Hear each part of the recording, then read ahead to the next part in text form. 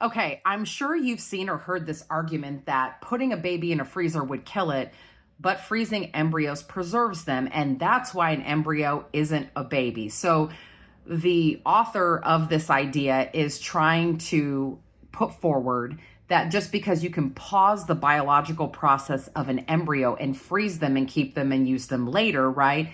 That proves that they're not really as human as a baby. Okay, so let's break this down.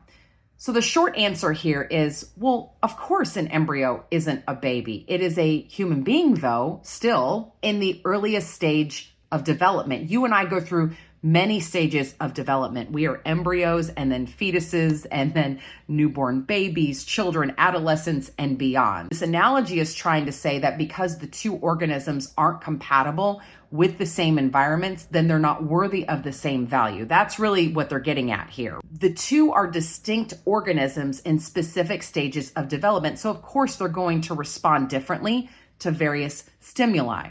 But does this change who they really both are? Or does it really matter? And our answer to that is, of course, no.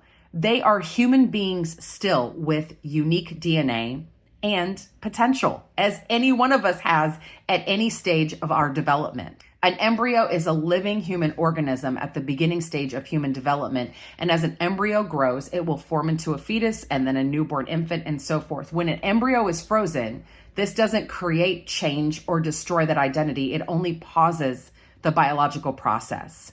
A baby that has been born is in a different stage of development, and freezing it or not freezing it doesn't change its human identity.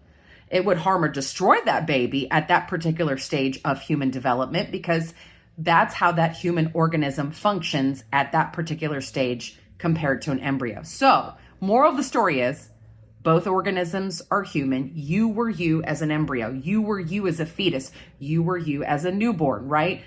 You were just in a different stage of development and you responded differently to your environment at any one stage. What this argument is claiming is that our worth is solely based on one's size, location, or level of dependency, which we disagree with. Because if we decide moral status by development or ability, we'd have to explain why newborns or severely disabled people or sleeping people suddenly count differently. And that is a slippery slope and dangerous.